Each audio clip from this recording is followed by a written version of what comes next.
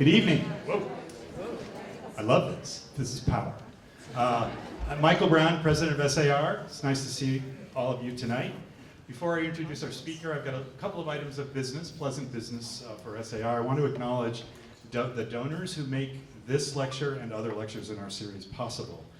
They include George Watson, Walter Burke Catering, Daniel's Insurance, Adobo Catering. You notice the food theme here? We like food. Thornburg Investment Management, Joan Donner, and the Betty and Luke Vortman Endowment Fund. And I want to mention an upcoming lecture that isn't up in the calendar yet. It's outside of the museum lecture series, but I think it's going to be really exciting. On June 7th, Nick Bostrom, who is a professor of philosophy at Oxford, and he's the head of the modestly named, the Future of Humanity Institute, that's it. And he's giving a lecture entitled, Can We Reshape Humanity's Deep Future? Possibilities and Risks of Artificial Intelligence, Human Enhancement, and Other Emerging Technologies. This is going to be at the James Little Theater. It's going to be on a Sunday afternoon. We're trying something a little bit different, see if we can get Los Alamos people and Albuquerque people, the kind of AI crowd, to find out about how the machines are going to take over. And we're going to do wear our matrix clothes and long black raincoats. But anyway, we'll have some information about that available up in the website soon, and we'll be selling tickets online through Tickets Santa Fe. So keep your eyes open for that, please. And we'll be doing a reception after the lecture at SAR on Sunday afternoon. The main event today, however, is Daniel Lieberman.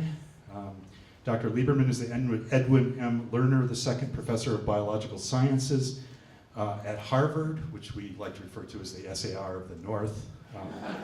And Professor Lieberman is what New Englanders refer to as an IBID, because he holds both his BA and his MA and his PhD from Harvard University, as well as an MA from Cambridge.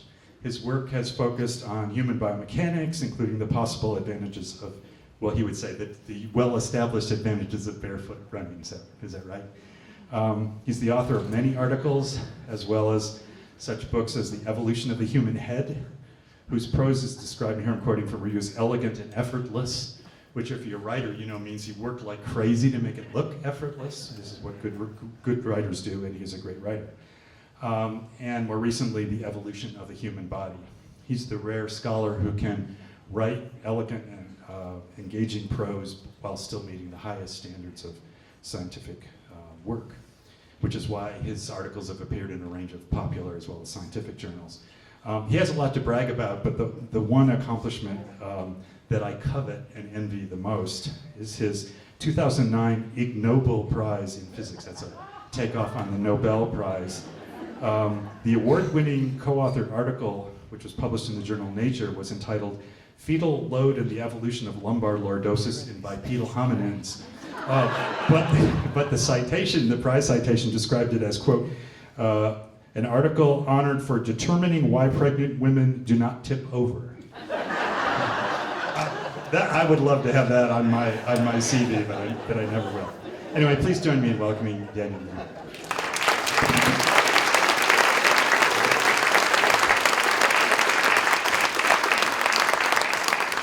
Thank you. I've never been to Santa Fe before, but I've already decided I have to come back for many, many reasons. This is a spectacular place, and I envy you all for living here. I'm going to talk about a subject that can sometimes, I'm going to apologize in advance. If I get very enthusiastic about exercise, it's not because I run around telling people to exercise. It's just that I study the biology of physical activity and feel passionately about it. So please accept my apologies in advance if I sound preachy, because I'm going to try not to be.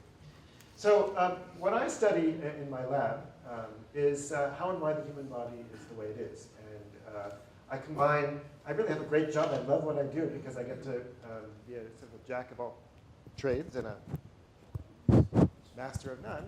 Just lost the sound here. It's on though. I'll just use this thing. to be a... Oh, this is off too. I'll just show. Okay. Oh, now it's on again. All right. Do I get extra time? Okay. So I get to be a jack of all trades and a master of none. And what we do is I combine, I look at fossils and comparative anatomy. I go to the field. I work in Mexico and in Kenya. I have a long-standing field site in Kenya. And we've recently started working in the copper canyons in Mexico. And sort of my day job is mostly doing experimental biomechanics and physiology in the lab. And we look, I was trained as a head guy, but I've recently sort of gotten more and more interested in what goes on below the neck. I've done a lot of work on feet and on limbs, and we've been working on the spine, as you just heard, and the thorax. So I look at a lot of different parts of the body. And what we look at is activities, right? So I've studied chewing, that's what I did my PhD on. I can bore you to death about chewing. I also studied walking and throwing and climbing and carrying and swallowing. I've done a lot of work on sweating. What I'm most known for, as Michael mentioned, is running. And yes, it's true, I do like to barefoot run, but I'll just tell you right now, I'm not going to talk about barefoot running today. My feeling about barefoot running is that if you want to do it, go ahead and do it. But if you don't want to do it, that's fine too. That's not my attitude, although some people think it is. But I found there's a kind of disconnect between what I do and what's going on in the rest of the world. So according to various sources, including the CDC, which might or might not actually know what's going on, the percentage of Americans that are engaged in no physical activity, I'm not quite sure how you define no physical activity, has more than doubled since 1990. So more than half of Americans are basically completely sedentary. And that's a really shocking number. And yet, it's actually now thought to be one of the leading causes of death in the United States. It's a very, very famous study. It's probably one of the most cited studies in medicine, which actually, instead of, because the most common cause of death is heart attacks, right? It's heart disease. Cancer is number 2. But this is a study which tried to then figure out what are the factors that actually cause those causes.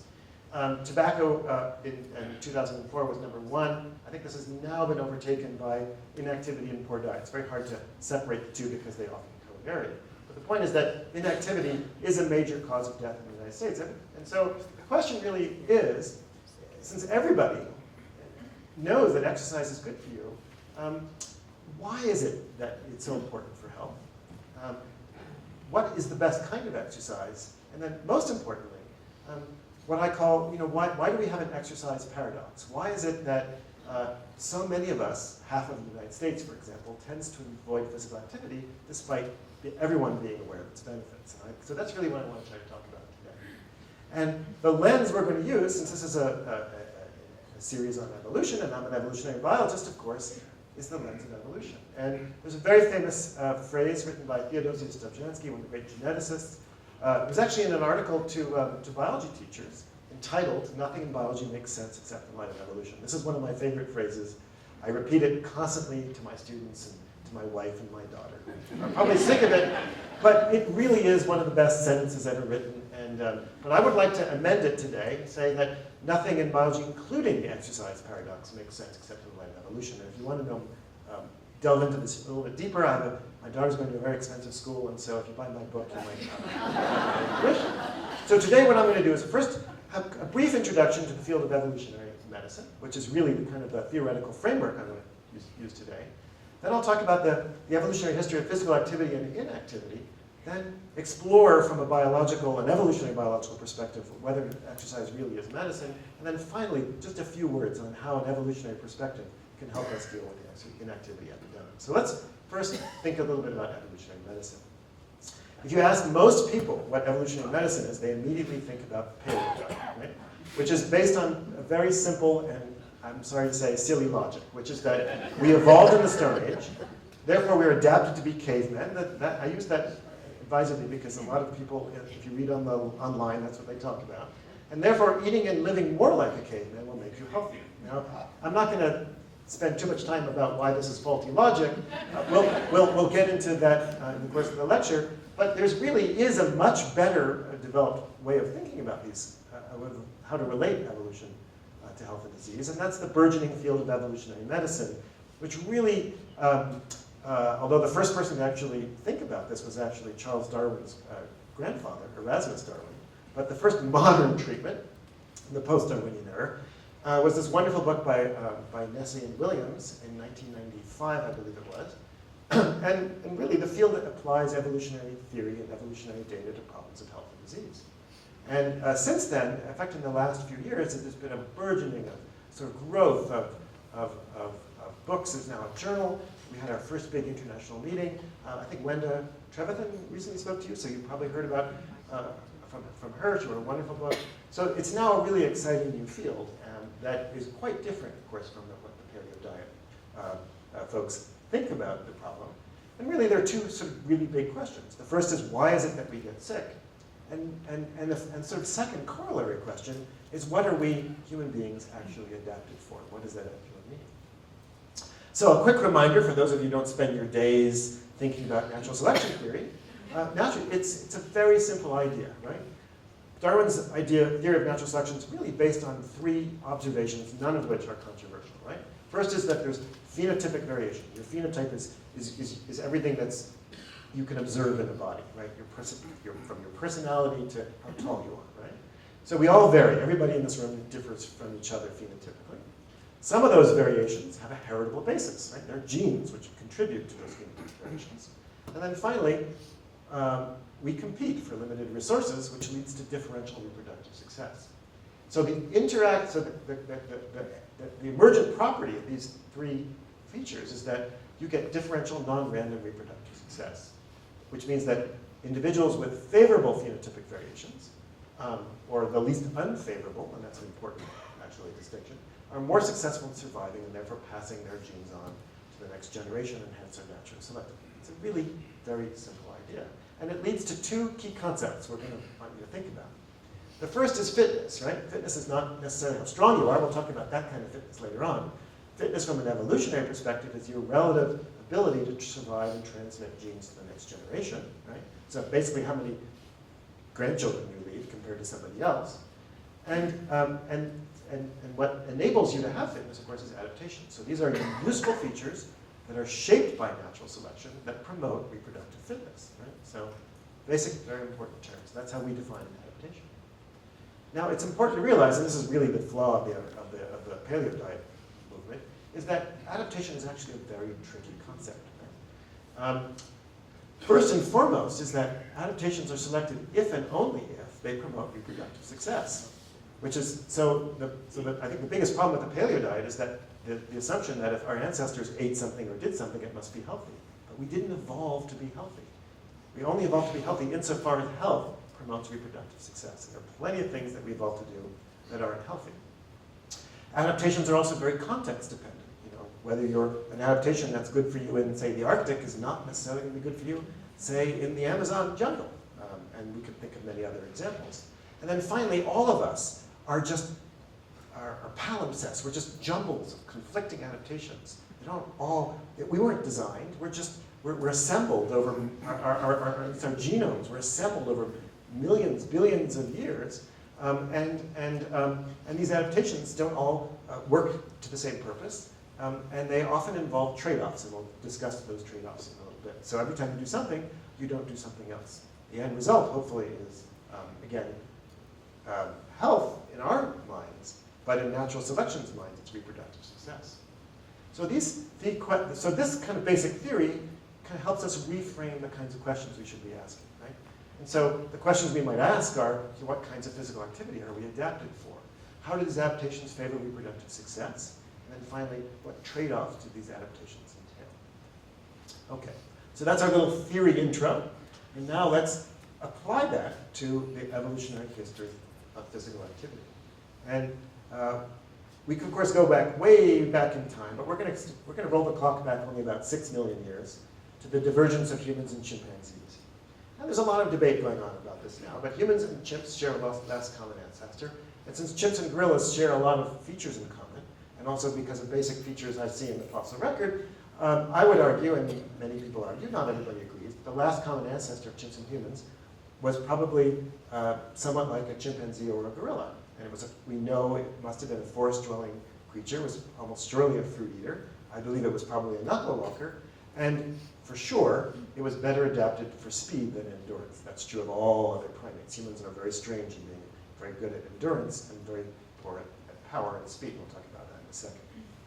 Regardless of what that last common ancestor was like, we know, so these are some of the various earliest hominins we know. So this is Sahelanthropus. It's maybe about 7 million years old. It's from Chad. This is a 6 million year old femur from Kenya called Aurorum. This is a 4.4 million year old partial skeleton from Ethiopia called Ardipithecus. All of these early hominins, which we believe are more closely related to us than to chimpanzees, so they're on the hominin lineage, all of them have telltale signs of bipedality. And in many other ways, they're extremely ape-like. And so we can say that, with the exception of some features in their teeth, etc., the thing that appears to distinguish the earliest hominins from our ape relatives and ancestors is being bipedal. And this shift occurred during a period of massive climate change. So this is a graph of the Earth's temperature. Actually, this Earth's sea, the sea's temperature is based on oxygen isotopes over the last 30 million years. And you can see that it's gotten considerably colder. And there was a huge cooling trend that occurred around the time that hominins and apes diverged. This is the Miocene period. This is the very end of the Miocene. And we know from abundant data in Africa and elsewhere that, in Africa, that's when the rainforests in Africa started to fractionate, break up. And so you have what was a continent was covered by a lot more rainforests are breaking up, and you get a lot more woodland habitats. And if you think about a rainforest, it's full of fruit, there's very little seasonality, and then compare that to a woodland where there's a lot more seasonality. There's still fruit, but the fruit is further distributed. You have to travel farther. That means that if you're an ape who eats a lot of fruit, or early hominid eats a lot of fruit, you have to travel farther, and often you're going to have to eat foods other than fruit. We call those fallback foods, and those are very important for selection. So there's a debate about what was the major benefit of bipedalism. Go on for a while, but I think the two theories that most people favor the most are that it helped early hominins feeding. The theory I think is most convincing, because the data comes from my lab, no, actually it's more than that, is that we've actually managed to get oxygen masks on chimpanzees and measure their cost of locomotion, and it turns out that when chimpanzees locomote, they're 4 times more expensive per unit body mass, per unit distance than a human being. And that's because knuckle walking is an extremely costly form of locomotion, because they're basically like Groucho Marx all the time, right? And so if you could basically be a little bit less than Groucho Marx by standing up, you would save a lot of energy. If you're traveling longer distances, that could have been an enormous benefit. Everybody talks about how important bipedalism was as an advantage, but I think what we often forget to think about is what were the disadvantages of bipedalism, and they're profound. One of the most important disadvantages is that we became unsteady, right? Being on 4 feet is much more steady. You're much less likely to fall over and sprain an ankle than if you're on 2 feet. Right? Yeah. And even more importantly is we became slow, because when I run, I only have 2 legs to push against the ground, but my dog has 4 legs to push against the ground. For per unit body mass, a quadruped should be able to produce about twice as much power as a human, and they should be able to therefore run about twice as fast, and that's indeed the case. So as soon as we became bipedal, we became slow, which meant that we were easy pickings for horrible creatures like saber-toothed tigers, which I'm very glad went extinct. And that's actually quite serious. So I actually believe that one of the reasons I think we evolved the ability to sweat and thermoregulate in the way we do is that we would have become easy pickings for this, as I said before, for these very fast carnivores. And so if you could go out and forage in the middle of the day when it's hot, when carnivores can't thermoregulate as well, that would have been an enormous selective advantage. And Dean Falk, who's sitting in the front row, has also written a lot about this sort of thing too. So that's not the end of the story, of course, because climate change continued to act. And here's again that curve from before, but I've blown up the last 4 million years. And you can see that there's a major cooling period which starts around 2.8 million years ago. And that's the onset of the ice age. So ice caps are forming in the poles. And we know from abundant data in Africa that, again, there's more fractionation of forest, more opening of landscapes, and in fact, an increase in the abundance and the size of kind of grassland environments. Now, simplifying what's a very complex story, but we know that over that time period, again, there's a considerable habitat change. And we see in the fossil record 2 major responses that occur around the same time.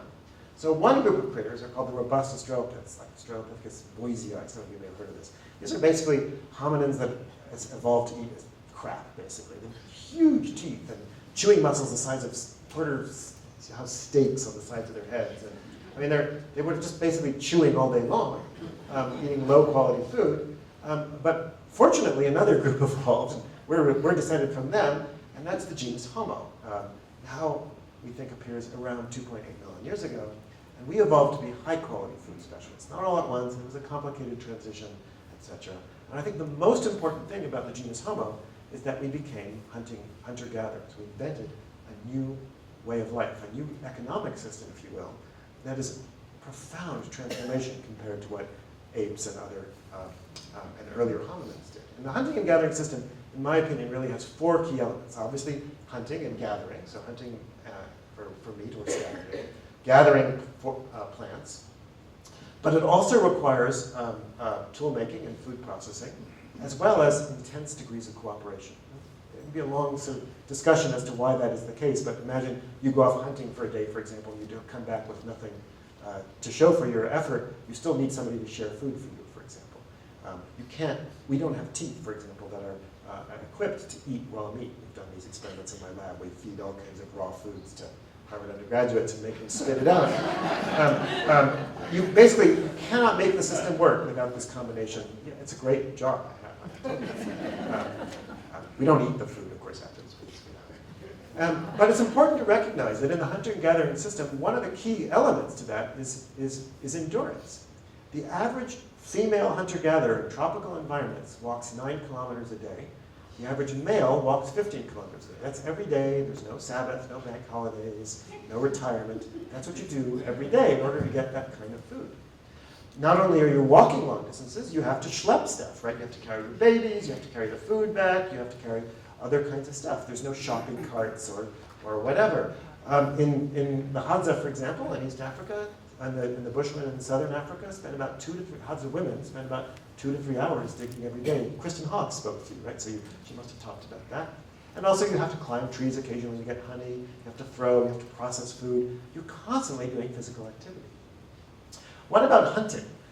So we have evidence that at least by 2.6 million years ago, and actually there's new evidence coming out that's going to push this back a little bit farther. But we have, these are early stone tools. This is a bone that from Africa from 2.6 million years ago from Ethiopia. And if you can see here the cut marks, and it's been fractured and opened to remove marrow. And initially people were scavenging, but we have very convincing evidence that by 2 million years ago, hominins were hunting big game. In fact, they're getting primary access to prime adult male ancestors of wildebeest and kudu and things like that. Right? And so that raises a really fascinating question that fascinated me for a long time, which is how did early humans hunt? So as I said before, humans aren't very fast. This is the world's fastest guy at the moment, Usain Bolt. He can run 10.4 meters a second for about 20 seconds. And then he's out of gas. Right? Maybe he can do it a little bit slower for about 30 seconds. And then he's got no energy left to burn. He's just a puddle of Jamaican on the side of the track. Right? Pretty much any antelope out there in East Africa can run twice as fast as Usain Bolt and for about 4 minutes. And pretty much any animal that would want to hunt or chase Usain Bolt, like a lion, can run also about the same speed and distance. So sprinters, the best human sprinters in the world, with all that training and fancy shoes and who knows, sometimes even performance-enhancing drugs, cannot chase down any animals. And furthermore, the kinds of weaponry we think about as important in hunting weren't invented until very recently. Just putting a stone point on a spear is less than 500,000 years old. So for most of human evolutionary history, for at least 2 million years, the only weapons available for our ancestors to hunt and kill animals, or even if they were scavenging, to fight off other animals, was basically sharpened wooden sticks and clubs. And I guarantee, if any of you have been on safari, I do not recommend that you jump out of the Jeep and try to kill a wildebeest with a sharpened wooden stick. Not a good idea. So Dennis Bramble and I, following on work that was done by Dave Carrier, have proposed that the answer to this question is endurance running. And here's how it works. So this is a graph in different speeds. So this is the endurance running speed of human beings. So you can basically run a marathon up to that scope. Now, maybe you can, but there are elite athletes who can run a marathon up to there. Maybe there's some elite athletes in the room. I know that actually the one who ran the Boston Marathon trains here in Santa Fe. Right? And she can do that, right? I can't. And humans can sprint up, as I said before, to 10.4 meters a second. This is the trot-gallop transition speed of a dog the size of a human, so greyhound, a pony, and a horse. And even I could run actually a marathon at a speed above the trot-gallop transition speed of a dog. And good, decent runners, much better than me, can run above the trot-gallop transition speed of a pony. And elite runners can run above the trot-gallop transition speed of a full-size horse. And why does this matter? Because quadrupeds can run long distances as they trot, but they cannot go long distances when they gallop. And that's because of thermoregulation.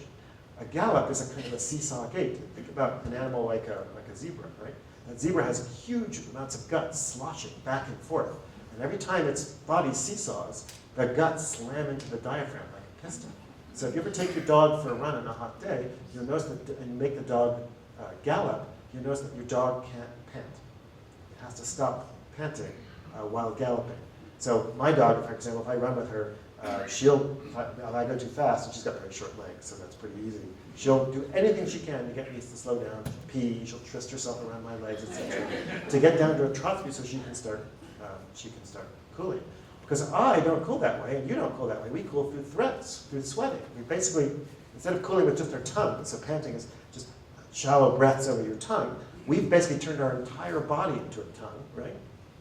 And evaporate water over our body, and we lose 580 calories per milliliter. It's a huge way. It's a fantastic way of losing heat. So this ability to run at speeds that make animals gallop and to cool through regulation, but through sweating, has enabled people to do what's called persistence hunting. So what you do is in the middle of the day when it's really hot, hotter the better, you pick an animal, the bigger the better, because bigger animals overheat faster. And you make that animal gallop. Now, of course, you can't run as fast as the animal can gallop, but you chase it, and the animal hides in the bushes, and then you track it, usually at a walk. So you don't run the whole time, you walk, right? You find it again, you chase it. If you can get to that animal before it's cooled down, and chase it again, so it's a combination of running and walking, chasing and tracking, you can drive that animal, like this poor kudu, into a state of hyperthermia. And it takes between 15 and 30 kilometers, again, only half running, and they're not running actually at very fast speeds. They're running at basically ultramarathon runner speeds. And then you can walk right up to it, and here he used a spear. The Copper Canyons, where I also do work, they actually don't even bother with spears. The tradition in the Copper Canyon is just to find some rocks that are nearby and bludgeon the animal to death, because you don't need to carry a spear, because the animal's dying already. At that point, you're putting it out of its misery. And you can see that it involves no risk to yourself, as long as you can run. You don't get kicked or gored, etc. You don't need any technology. You just have to be able to run like a human being. And it's another lecture I'm not going to talk about today, but when we look in the fossil record, we see lots of adaptations in the genus Homo for walking, but we also see features that are irrelevant to walking because the biomechanics of running is very different from walking. For example, an enlarged gluteus maximus, right, which you're all sitting on right now, you barely use your gluteus maximus for walking, but it's an essential muscle for running that helps you from pitching, from your trunk, from pitching forward. Right, if you just kind of walk around, right, you can feel, if you walk around like this, you can feel like a gluteus maximus is basically, well, at least mine is very flabby, it's doing nothing. If you start running, it fires with each step, it clenches up, right? And we can see, for example, from the fossil record that the cranial portion of the gluteus maximus gets large in the genus Homo. There's data from the ears and the toes and the legs, there's lots of data, but I won't go into all of it right now. The point is that we see abundant evidence that Homo erectus was clearly an endurance runner. And the important point is that we think about running as being, running 15 kilometers being a ridiculous task, right? Who would want to do that? That's like, 10 miles. That's actually costs a human being to walk 10 miles. It costs you about 650 calories, which is about the energy in a Big Mac. And running is actually about 40% more expensive than walking if you're a normal runner. And so that's basically like adding the fries. So if you run 15 kilometers for 1,000 calories, think how many calories you can get by hunting a kudu or a wildebeest or something like that. It's an enormous payoff, an enormous benefit. And there's data from South Africa, people who have actually followed bushmen in these persistence hunts, that they're actually twice as effective, more than twice as effective in terms of return than when they use bows and arrows. So it's a very effective way of hunting. But of course you have to be able to run. We have evidence from the ethnographic record from all over the world, from this part of the world, for example, from Mexico, from Australia, etc., that persistence hunting used to be much more common. But I would argue also that ever since the invention of technology such as the bow and arrow, it's become much more rare. But even so, it still was practiced all throughout the world, and still is actually very rarely in some parts of the world. So that's enough about running. My point is, I'm a little obsessed by running, as you know. My point is, it's not just running, but endurance athleticism has been extremely important for human beings for the last 2 million years. As I said before, the average female walks 9 kilometers, hunter-gatherer walks 9 kilometers a day. The average male hunter-gatherer walks 15 kilometers a day and also has to run.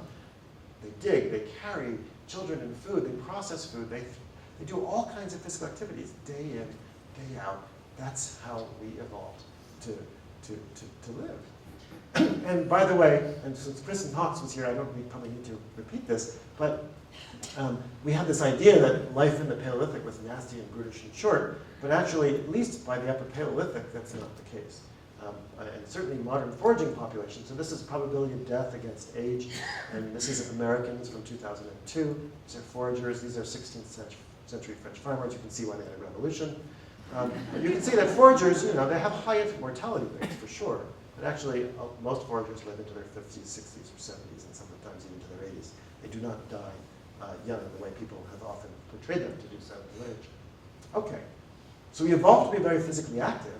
What about the reverse? What about physical inactivity, which is, of course, the problem that we're considering today?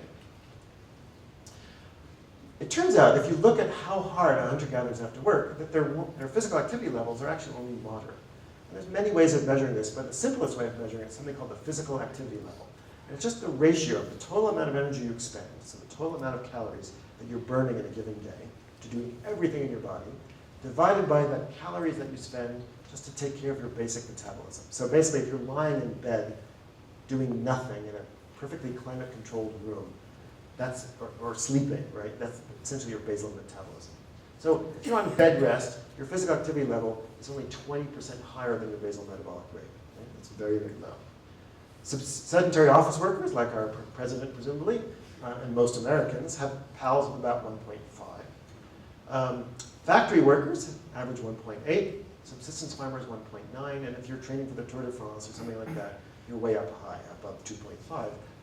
Data on hunter-gatherers suggests that they're basically about the same as subsistence farmers, about 1.9. So it's work, but it's not like training for the Tour de France. These people aren't working crazy, long, horrible hours. In fact, if you measure how much time per day they spend working, it averages about 4 to 6 hours. Now, this was used by Marshall Solomons and others to argue that they're original affluent society. And in fact, a recent study which did fancy double labeled water, it's a very expensive technique to measure total energy, found that, for example, Hadza males spend about 2,600 calories a day. Your average American male spends about 2,900 calories a day. So people may take these data and say, all right, this goes to show that physical activity is really not all that important in terms of, for example, obesity and epidemics, etc. These guys aren't working very hard. They're only 300 calories less per day than humans, etc. I actually disagree with these data because that includes not only how much energy you're expending to do stuff, but also your basal metabolic rate. And hunter-gatherers tend to be smaller. So the Hadza actually average 51 kilos, Hadza males, whereas the average American male, this is by the way what supposedly an average American male looks like if you take his or her clothes off. Great CBC. But so if you can estimate resting metabolic rate very accurately from body mass, and calculate the active energy expenditure, and then standardize that by body mass. And when you do that, the average Hadza is spending 30 calories per kilo per day doing stuff, whereas the average American male is spending 17 calories per kilo per day. So per unit mass, we're spending half the amount of energy as a Hadza going about our lives, getting dinner, getting from place to place, etc. Of course, that makes sense given escalators and shopping carts. And, I mean, how many of you hunted or gathered today? Not a single person. Raise your hand. Okay. Now, there's other interesting, and since Kristen was here, I hope she talked about this, but there are other issues here. One is that hunter-gatherers are always at the margin of energy balance, right? So this is a graph of female hunter-gatherers, how much energy they consume in the dashed line, and how much they're able to produce. And you can see that up until the age of about 45, there's actually a deficit, right? They're actually consuming more than they're able to produce, right? So they're actually running an energy deficit. So how do they cope with this energy deficit? And I know that Kristen must have talked about this, and one of the most important ways of this is grandmothers, right? So grandmothers, once they stop having children, they begin to produce a surplus, and they're able to provide that food to their children and their grandchildren. Males also play an important role, particularly if they're hunting. They can get a very large surplus if they're hunting. Some debates about just how much that surplus is, but nobody disagrees that there's an important surplus. But then the final adaptation is that if you're just at the margin of energy balance, if you're getting 2,600 calories a day, anytime you're not getting food, using that energy to do something important, you're going to do what this guy's doing. You're going to do nothing. Right? It's adaptive to save energy if you're at the margin of energy balance. I've spent time with hunter-gatherers, and I can tell you, nobody in any of these places I know gets up in the morning and does what I do and go for a jog. It's just unimaginable. People don't spend excess energy because that excess energy is energy that's lost to reproductive success. So it's adaptive when you're on the margin of energy balance to be physically inactive when you don't have to be physically active. That's actually important. So that 4 to 6 hours a day that Marshall Solomon said was evidence that hunter-gatherers are the original affluent society is actually evidence that they're being very careful about how they're apportioning their energy use per day. So for most of evolutionary history, this was totally adaptive. And I just love this image, which I found on the internet. I assume it's in California because of the palm trees. But this is really quite extraordinary. There's one extremely important exception, and that's play. Right? Play is a kind of non-necessary activity, you might argue. But play is also actually very necessary because you need to play in order to learn motor skills and hunting skills and various other skills. Play is also very important for developing physical capacity. So I would argue that the cost of playing is certainly outweighed by its manifold and multiple benefits in terms of activity. Now there's another important part of the equation I'm not going to focus on today because this is a talk about physical activity and about diet and whatever, but a very important point you also have to consider is that we're also very strongly adapted to be fat compared to other animals. So efforts to measure total body fat in other primates, they get up to about a maximum of 8% body fat. And they're born with even much less than that. Your average thin, skinny hunter-gatherer is much fatter than any primate out there. So female hunter-gatherers are about 20 to 25% body fat. Males are about 10 to 15%. The babies are born about 15%. Humans are extremely fat, and they have to be very fat for 3 important reasons. One is their brains are very costly. Average chimpanzee-sized brain costs about 90 calories a day to feed. An average human-sized brain costs about 350 calories per day to feed. And brains don't store energy. They relentlessly require energy that's from elsewhere in the body. You can't ever stop feeding your brain or you die. So you have to have always energy reserves on board to feed that brain, even if you're in negative energy balance. You're also not only feeding your brain, you're also feeding your kid's brain if you're a mother. So this mother, for example, is nursing. So she has an extra metabolic cost, which she has to continue to bear even if she's in negative energy balance. So if there's not enough food around, she still has to nurse where her child will die. And she's to provide energy for its extraordinary brain. And humans have this incredible life history system whereby we wean our children well before they're mature. We all know that as parents, right? And so not only does this mother have to feed this very immature infant, she has to feed her children, she probably has older ones as well, she has to provide energy for all of them. And so you need to be able to do that when you're in negative energy balance, which means you need to have fat to tide you over for when the times are rough. And then finally, as I mentioned before, you need to burn fat in order to go long distances, to hunt, to walk, to forage, to do all those sorts of things. And as I said before, the average hunter-gatherers walk 9 to 15 kilometers a day. Chimps only walk 2 to 3 kilometers a day. And you have to do that even if you're not successful. So you have to be able to walk long distances even when you have negative energy balance. And the only way to do that for long periods of time is to have large amounts of fat on store. Okay. So now, with that evidence under our belts, let's now ask, based on the theories and the principles of evolutionary medicine, the history of activity and inactivity, what's the evidence that exercise really is medicine? It's useful to have some definitions sometimes, and because we have, exercise is a very modern term, right? It's a modern word actually, which comes from actually plowing a field. Today we define it as an activity requiring physical effort carried out especially to sustain or improve health and fitness. And medicine is something used to prevent or treat a disease. The simplest answer to that question of whether or not exercise is medicine and whether it's good for you is that, that we never evolved to be physically inactive. Right? Although we think, it's like obesity, right? We never evolved to lose weight because we never had to. We never evolved to cope with the absence of physical activity because nobody was ever able to live like that. People had to, as I said before, work very hard throughout all of their lifetime in order to be physically active. That's the simple answer. There's a much more complicated answer. It involves understanding phenotypic plasticity. I said before, for millions of years, there was strong selection for physical activity to affect how our bodies grow and function. Because our bodies aren't just simply programmed. Our bodies result from interactions between genes and the environment to produce our phenotype. And that results in an incredibly important phenomenon known as phenotypic plasticity. Sorry, it's a mouthful, but it's a really important term. And it's really the capacity of an organism, right, to adjust its phenotype in response to its environment. So let's give an example, right? Let's say you're an organism. Let's take a variable like how much force you apply to your bones. And let's take a response, which is how much your bones grow.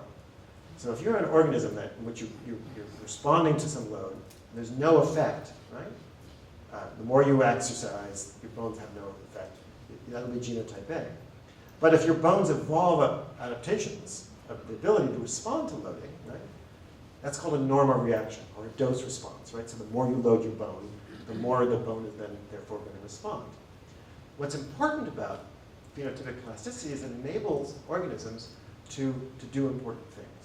One of them is it enables our bodies, which are complex with many, many systems, to be integrated, right? Physical activity involves every system of the body. And by activating many systems, they help them adjust and accommodate each other so that the body's integrated, so that the heart and the respiratory system and the cardiovascular system and the musculoskeletal system all work together in response to similar stimuli so that things work together, right? Because it would be very bad if, for example, you had really strong muscles and very weak bones. That would be a problem, right? In addition, and even more importantly, it helps us adjust capacity to demand, right? It enables you to become strong or sweatier or we can have thicker teeth or whatever. And so one of the questions is why not develop, and yes, it is true, by the way, that if you actually chew really hard foods when you're young, your teeth get slightly thicker. That's another story. So one of the questions is why not simply just develop excess capacity? Why have this crazy system? Why not simply be like like the elevator in this building is designed with a safety factor. It has to be 11, it's actually by law, has to hold 11 times more people than it says the maximum is. So if you stuff 11 times more people, then it'll break, right? Why not simply make our bodies stronger so that we don't have to develop this, have this phenotypic plasticity? And the answer to that, of course, goes back to this problem we mentioned earlier, which is that energy is usually limited. Right? Think about what life is. Life is really about using energy to make more life. That's probably the best definition I can think of. Right? So your body takes in energy, and it uses some of it to grow, uses some of it to maintain your body, right? Uses some of it to be active, and then the rest you spend on reproduction. And of course, what does natural selection really care about? Reproduction. So whenever you can shunt energy from growth, maintenance, or activity to reproduction, that will be selected for by natural selection. So phenotypic plasticity enables us, when you have limited amounts of energy, enables us to adjust capacity to demand so you have enough but not too much, so you can always maximize reproductive success. You don't want too much muscle or bone or whatever because that's energy that you're going to spend on something that's not going to go towards what natural selection cares about, which is how many grandchildren you have. Right? So muscle is a very simple example, right? About 40% of a typical human being's basal metabolic rate goes just to paying for your muscle, even if you don't use it very much, right? Muscle is a very costly tissue. So the benefit, of course, of adding muscle is that you can be like Arnold Schwarzenegger in his old days. But the cost is if you're going to have a whole lot of extra muscle, you have to eat a ton, right? In order to pay for that extra metabolic cost. So more muscle than you need in a condition, in an environment where energy is limited, is going to be an enormous cost. So that's why when we work out, we add muscle, and when we don't work out, we lose that muscle. That's an important adaptation to benefit reproductive success. It's also true of bone, right? So here's what's his name? Rafael Nadal, thank you. We actually know that the arms of the bones of tennis players and the arm that they use to whack a racket is actually, can be as much as 50% thicker than the arm that they don't use, just when they just use to throw the ball, right? And that's because force applied to bone causes bones to get thicker. But of course, there's a cost to that. You have to move that bone. You have to take care of it, etc. And so that's why if you go to space or become a total couch potato, you also lose bone. It's again that trade-off in order to allocate energy optimally for reproductive success. It's also true of our circulatory system. People who stress their circulatory system. This is the heart of a non-athlete versus the heart of a healthy athlete. You can see that the ventricles are larger. The heart is stronger. It's more elastic. It's able to fill more and also able to empty more easily without as much force. You also, when you're physically active, it causes changes throughout the circulatory system. You add more capillaries. It changes your cholesterol levels. It makes your blood vessels stronger and more elastic. It lowers your blood pressure because you have less resistance in the peripheral circulation. You increase your ability to supply oxygen. It's called your VO2 max, right? There's many, many effects of the circulatory system which we don't develop unless we stress the heart. It's true also of our metabolic system, our digestive systems, right? So when you're physically active, it changes, for example, the number of transporters you have in muscle cells that put glucose, that transport glucose into muscle cells. So being more physically active increases the number of transporters and also affects the resistance that can occur in these transporters to insulin. So diabetes is caused by insulin resistance. Physical activity actually reverses that insulin resistance, which can be adaptive if you want to. So insulin resistance can be adaptive if you want to shunt energy, for example, towards reproduction. Right? It lowers insulin levels. It burns visceral fat, which is a kind of an intermediate fat store. Many effects of physical activity on digestion and metabolism. It even affects the immune system. Right? Inflammation is a very serious problem today. A lot of people have the innate immune system involved, for example, when you're sneezing with all this pollen, for example. Right? The innate immune system reacts to all kinds of environmental stimuli. When you are physically active, actually have lower levels of inflammation. Physical activity increases the number of white blood cells and antibodies, etc. But there's a kind of a U-shaped relationship. So very little activity, you have a higher risk of infection. You decrease your risk of infection if you're very physically active. But if you overdo it, of course, you then increase your risk of infection because you actually, again, taking energy away from your immune system. There are even really profound effects on the brain. Moderate to vigorous physical activity, for example, upregulates really important factors called brain-derived neurotrophic growth factors, BDNFs, which actually promote neuronal growth, especially in the hippocampus of the brain where we have memory and learning, but also actually these factors play a very important role in sort of housekeeping functions and taking care of the brain, neurons, even glial cells. Physical activity increases norepinephrine and serotonin and dopamine, which are important in all kinds of other tasks. Which is why, by the way, I'm sorry, this is just my own obsession.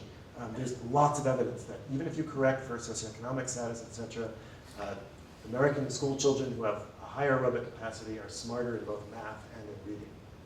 And it's also true for adults as well. Physical activity actually affects the brain in profound biological ways that have lifelong effects on function. So the important point is that because of these trade-offs, because of energy allocation, because of phenotypic plasticity in response to physical activity, every single system of the body is affected by physical activity. And therefore, I would argue that a lack of physical activity, not only from an evolutionary perspective, but also from a medical perspective, is not only abnormal, but also contributes to pathology. We didn't evolve to handle or to have an absence of physical activity so that we don't develop the appropriate kind of capacity that we evolved to need.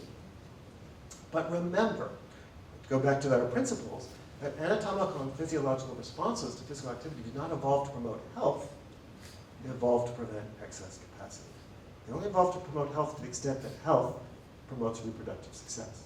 So really a lot of these systems, because people never were physically inactive in the Paleolithic, right? That was probably not on the table. What was really on the table was adjusting capacity to demand optimally for reproductive success.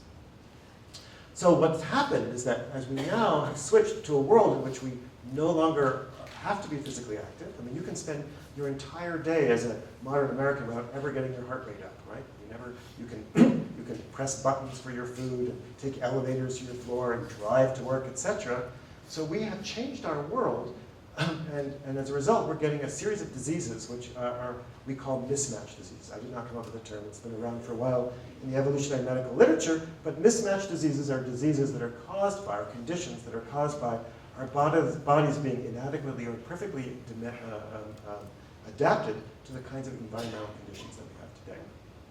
And the way in which we can identify mismatch diseases is A, that these are diseases that are caused by gene-environment interactions, in which it's environments that have changed recently, not genes.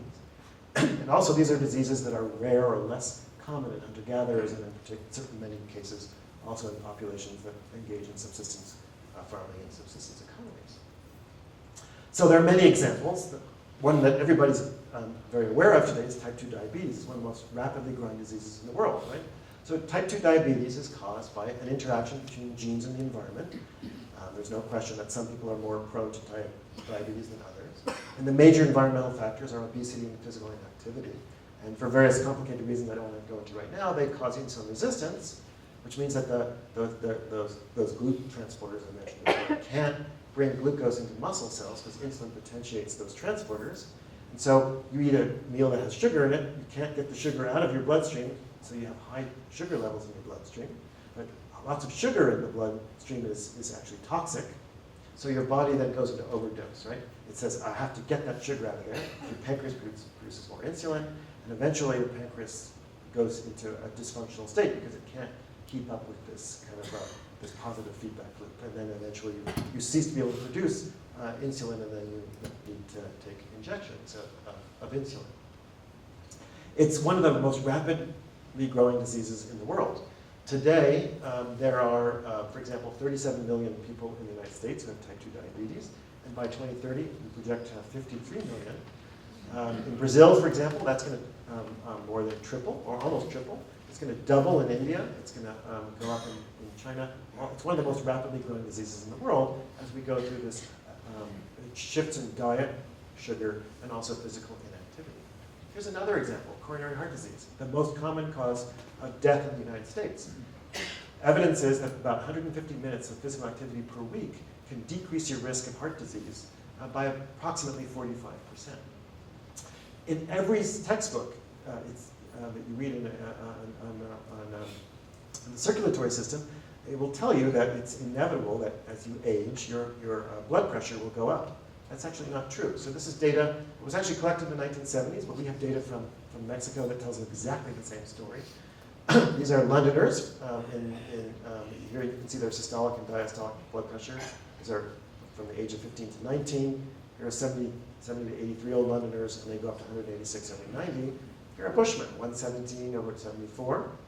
No shift. In fact, they're actually a little bit lower, 120 over 67. These are not inevitable consequences of aging. These are mismatched diseases. I was mentioning earlier osteoporosis, the importance of loading for your skeleton. Turns out that as you load your skeleton more, you develop more bone mass. And so individuals who have more physical activity when they're young develop more peak bone mass. And then all of us inevitably start losing it. And women start losing it at a faster rate after menopause. And what's happening is that people basically are growing up now and developing less peak bone mass. They're losing it at about the same rate. It means that because they start with less, they end up crossing that threshold for osteoporosis. And it's now a disease that affects more than 30% of elderly women in the United States. It's actually now affecting more than 10% of men over the age of 50 as well. So again, this is another example of this kind of disease. It's even true of cancer. Some cancers, excuse me. So for example, this is a paper, not all studies find the same result, but this is actually a paper where they looked at individuals who had low, moderate, and high fitness levels, and their odds ratio of getting cancer is controlled for age and BMI and alcohol, etc. There's almost a twofold reduction in risk compared to individuals who are high fit versus low fit in terms of their risk for breast cancer And that has to do with energy allocation, because you have more energy. Where do you spend that energy? Reproduction. How do you spend that energy for reproduction? Hormones, which, like estrogen and progesterone, which help you become more fertile, but also increase your risk for breast cancer. So in other words, physical activity is a major cause of death and illness, and physical inactivity and physical activity helps prevent and treat much of death and illness because of energy allocation theory, because of those trade-offs. So yes, exercise really is medicine, but how good is it, right? So I'm going to give you some depressing statistics, or exciting statistics, depending on your perspective. There are many studies, so I'm just going to pick 3. This is one of the most comprehensive studies ever done. It's the Aerobics Center Longitudinal Study in Dallas. Since 1970, they've been studying a huge number of individuals, over 80,000 people. They've collected all kinds of data on these folks. If you take the age-adjusted death rates, individuals who are divided into groups that are unfit, people who improve their fitness and always fit, cardiovascular disease is about a 1/3 lower in people who are fit versus unfit. If you look at all-cause mortality, it's again about the same ratio, about 3 times lower. So the good news is that if you improve your fitness, you can do a lot to improve your risk of disease. It's more complicated than that because they're interacting factors. So here I've divided the fitness, the low, moderate, and high fitness against risk factors, so smoking, blood pressure, and cholesterol. And you can see that if you're high fit and you don't have any of those risk factors, you're about 4 times less likely than somebody who has all those risk factors and is very low fitness. Another study that was done at Harvard, another huge study, over 110,000 women, studied for over 24 years. They're still studying them. There's been, in 2004, they've recorded over 10,000 deaths. And they were able to look at relative mortality. So they took the lean, active nurses and assigned their death rate as a relative mortality of 1. And they looked at individuals who were lean and sedentary and had a 55% higher death rate. Individuals who were overweight and active had a 92% higher death rate. Individuals who were overweight and sedentary, again, a 50% increase. So according to these data, being active essentially decreases among this cohort, decreases your chance of dying over this time period by approximately 50%. That's not trivial. And then finally, since I'm a runner, I apologize for having this in. It's my favorite study ever, done by Jim Fries at Stanford. He's taken a group of 538 kind of just runners from the Palo Alto area. These are not elite runners, and compared them to healthy controls. They've been following them ever since. And he not only looked at survival, he also looked at disability. So 25 years out later, the runners have a 20% lower chance of dying in a given year, but once you measure their disability, like their ability to climb the stairs and open medicine bottles and put on their clothes, they have 50% lower disability scores, which translates into bodies that are 14 years younger. So pretty compelling evidence. So the consensus, so this is the American College of Sports Medicine consensus statements. And you know what consensus statements are? This is what actually everybody agrees on. So this is not even controversial numbers, right? These are the consensus estimates of the risk of how much 150 minutes a week of moderate exercise decreases heart disease, stroke, diabetes, etc. So there's no question that exercise really is medicine. And I hope I've given you an evolutionary explanation for why that actually is the case. So finally, let's think about what an evolutionary perspective can help us do to think about this problem, right? So one of the trends that is on everybody's mind today is what's called the epidemiological transition. This is what's going on in the world today. Right? And when you think about it from an evolutionary perspective, you get a slightly different perspective on this epidemiological transition. So we all know that, that over the last few generations, there's been a decrease in death and illness around the globe, particularly in developed nations, caused by infectious disease and malnutrition. Most of us in this room are not worried about dying from smallpox and polio and tuberculosis, etc. Right? But there's been a concomitant increase, very well documented, in chronic non-infectious diseases, right? Cancer, heart disease, type 2 diabetes, osteoporosis, allergies, autoimmune diseases. These are all on the rise, and you can compare what kills people today versus what killed people 100 years ago in very, very different lists, right? As a result of this epidemiological transition. Now, the standard story is that we should be delighted by this, right? Because we no longer die from these horrible diseases at a young age. We now die from these horrible diseases at an old age, right? And in fact, the most common view out there is that the epidemiological transition is a price of progress. Right? That as we live longer and there are more of us, we're lucky to die from cancer and heart disease. And there's some truth to that. It's actually not totally false, right? It's true that cancer, for example, is a disease that's much more likely to occur as you get older because mutations accrue. There's no question about that. And we all have to die of something, so sadly. So there's some truth to that. But it's also not entirely true, as I showed you before. For one, logically, we are confusing in the medical literature diseases that occur in old age with diseases that are actually caused by old age. Remember the data I showed you about heart disease in hunter-gatherers, right? There's no evidence for it. There's no even evidence for hypertension among elderly hunter-gatherers. It doesn't happen. And in fact, and this is data from Kristen Hawkes, who she probably showed you this very slide. Did she show you this slide? She should have. Right? I love this slide. I've added the world to it now compared to the Hadza hunter-gatherers, but 25% of the Hadza are post-reproductive. They have very high juvenile mortality rates, but if they survive infancy, they live to very long lives. And actually, that's not too different from the world as on average. So if you can survive childhood as infancy as a hunter-gatherer, they're living long lives without the kinds of chronic non-infectious disease that we're getting today. So the evolutionary medical perspective is that a lot of these diseases are mismatched diseases, again, I've mentioned before. These are diseases that are caused by our bodies being inadequately or imperfectly adapted to the environments in which we live, i.e. our diet, our exercise, our levels of stress, tobacco, bungee jumping, whatever it is that you're thinking of. Here's an effort in my book of diseases that I think, these are hypotheses, many of them, because we don't have good data, for example, for example, insomnia in hunter-gatherers. Nobody's gone around and tallying how often they get insomnia. But I think there's a lot of diseases, even if you don't think about infectious diseases, which are also, of course, created by agriculture, that there's a lot of them. And in fact, almost all of us in this room are likely to die from a mismatched disease. Heart disease is the #1 killer of Americans today. And that's not a necessary disease. Many, but not all, some cancers also, I think, are preventable. We don't necessarily need to have them. High blood pressure, metabolic syndrome, osteoporosis, etc. These are all mismatched diseases. And an important point is that most of these diseases are silent selection.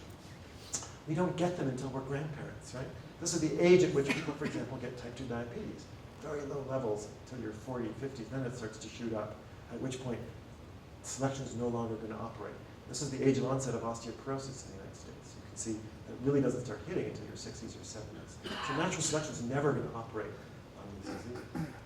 So can an evolutionary perspective help us with thinking about these diseases? And I think we need to realize that these diseases are caused by interactions between two evolutionary processes. We've been talking a lot about biological evolution, right? Natural selection. And that's a slow process, right? It occurs by chance. It's inherited. It's a powerful process. It's a slow process. It's still going on today. It's still happening right now, but it's happening at slow rates. Cultural evolution, however, I mean, just think about the cultural changes that have occurred in our lifetime, right?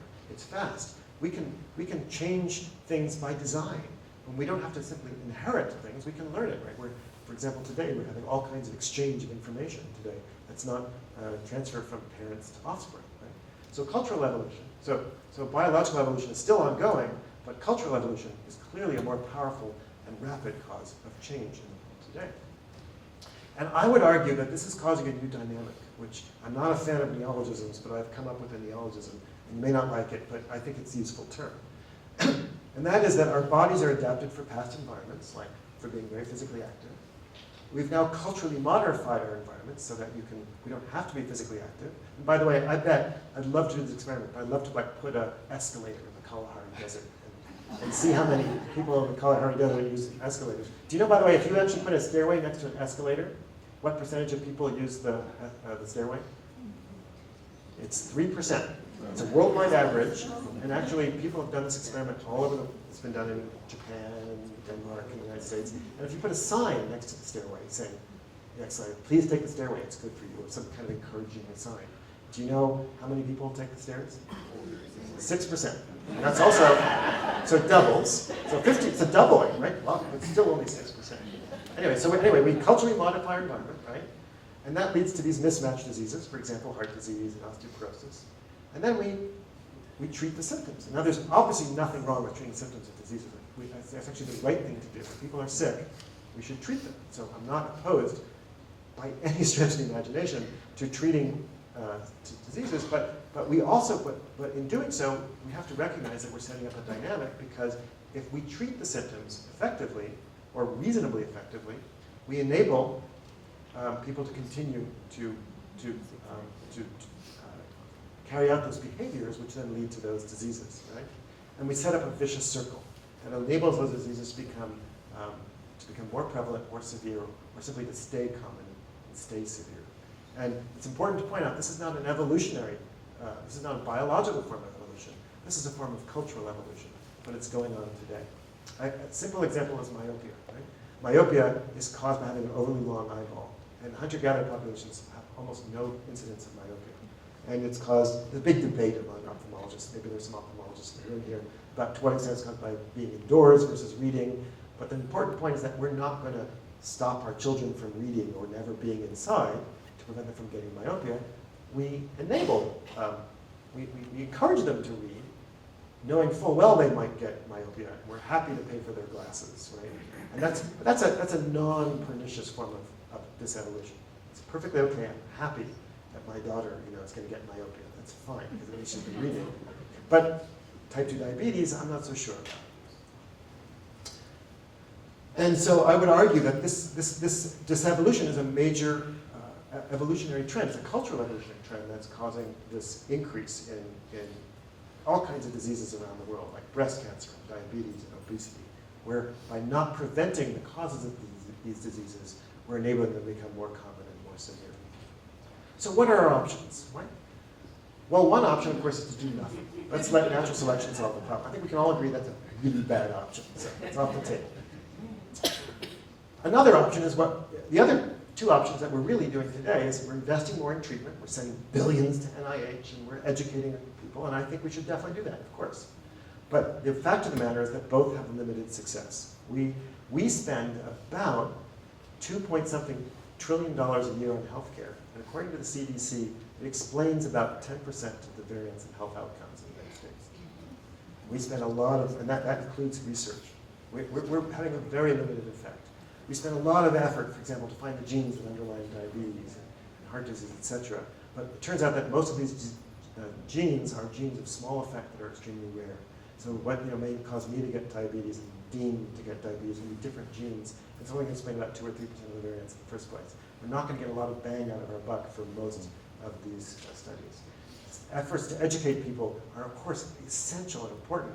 But study after study shows that when you teach people about what they should eat, how they should exercise, etc., it has only minor effects on their behavior. So that means the final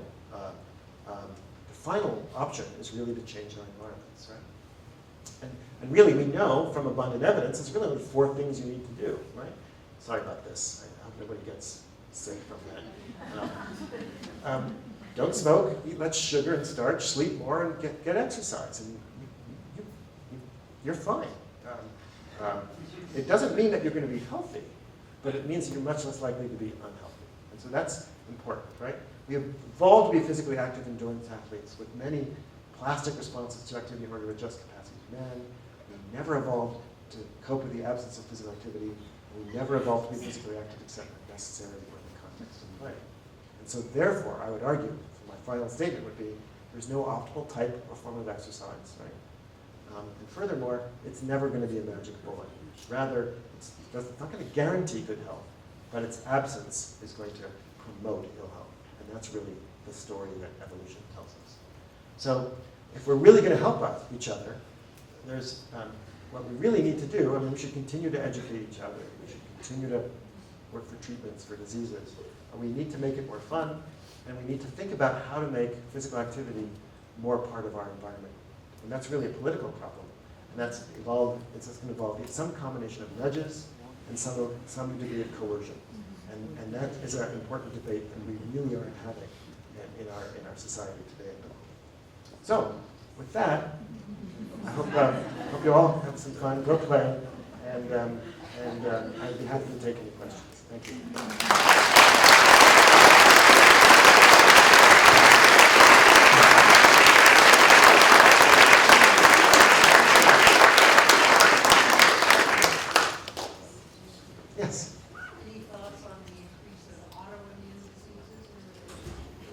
So the question is, increases in autoimmune diseases. It's a fascinating topic. I'm not sure autoimmune diseases have that much to do with physical activity, but it could have something to do with energy balance, having excess energy to fuel an overly active immune system. But there's compelling evidence that autoimmune diseases are partly attributable to misuse or overuse of antibiotics, and certainly there are some perhaps dietary causes as well. But I think and that's really another lecture, really another topic. But how our immune systems are now sort of going out of whack in a world in which we evolved, our immune systems, just like our physical, also evolved to adjust capacity to demand. So you inherited an immune system whose capacity has to be overbuilt, right? Because if you have an insufficient immune system, the bug gets you, you're taken out of the reproductive, your chances of reproduction plummet, right? So immune system is actually a system that's designed for a certain degree of overcapacity. And now, when we live in a world in which we no longer subject that immune system to the demands that it normally had, all the germs and worms that normally surrounded us, we still have the same immune system. And so the analogy I use for my students is they're like sort of, parts of our immune system are like teenagers hanging around with nothing to do, right? And they're much more likely to get into trouble. And it's a kind of silly analogy, but it's actually sort of true. And so both our innate and adaptive immune system are much more likely to cause trouble when we don't actually use them. So that's why fecal transplants and changes to our microbiomes and probiotics, all of that is getting much more attention. Again, it's an evolutionary perspective that is vital. Yes? Can you give some examples of how to change the environment to promote physical activity?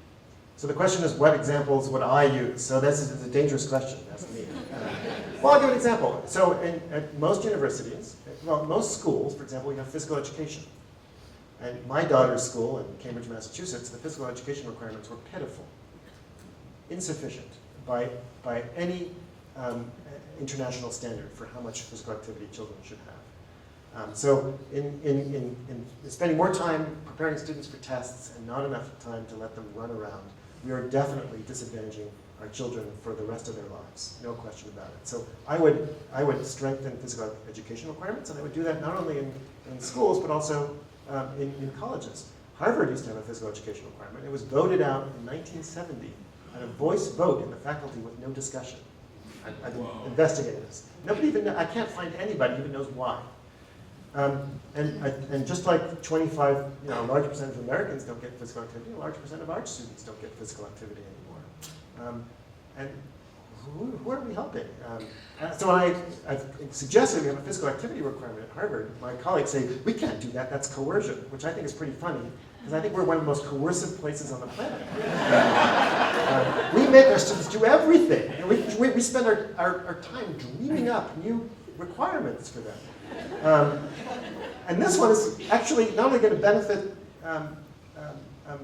their bodies for the rest of their lives, but also their mental health and also their minds. So I would, the thing I would do the most, I would focus on the most, is physical education.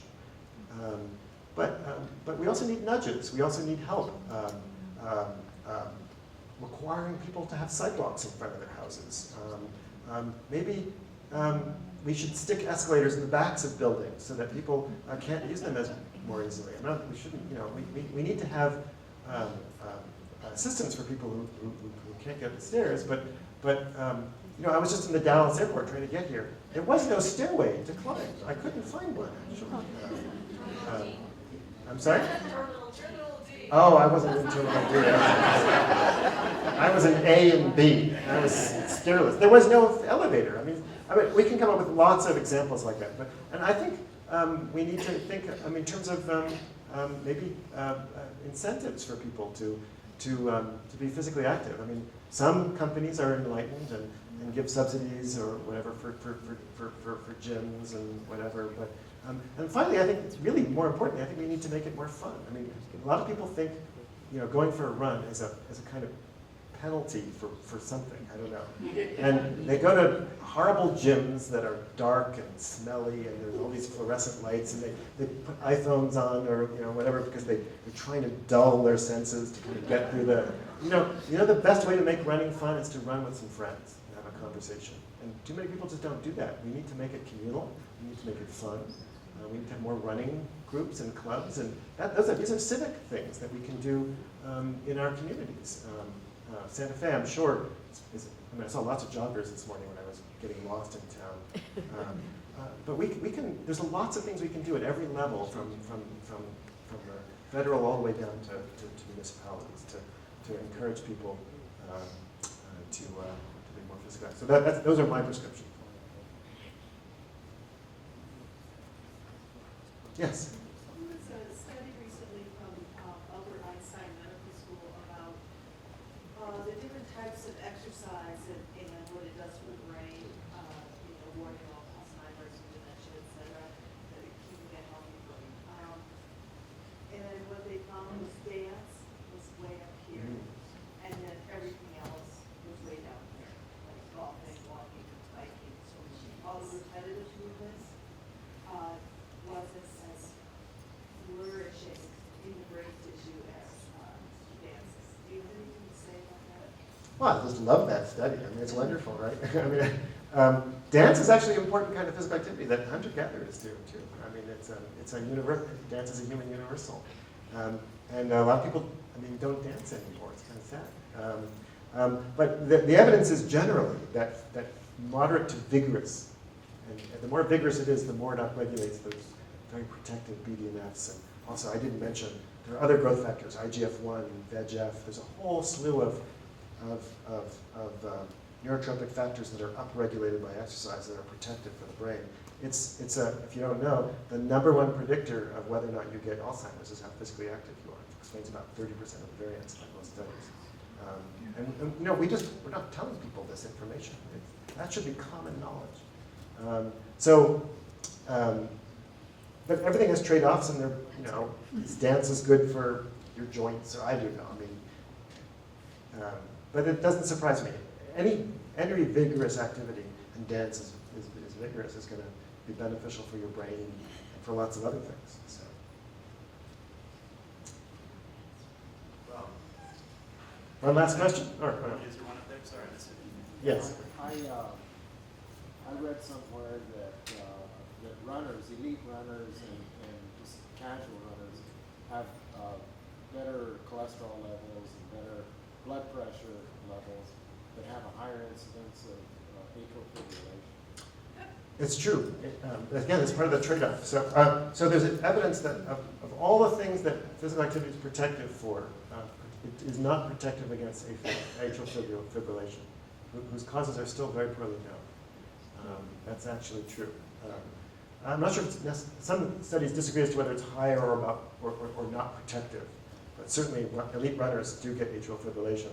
The good news about atrial fibrillation is that it's actually one of the more easily treatable problems. I'm not trying to trivialize atrial fibrillation, but it's not the kind of killer that coronary heart disease is or hypertension. But yes, again, there's no magic bullet, and physical activity is not a magic bullet. Well, Daniel, thank you very My much. pleasure.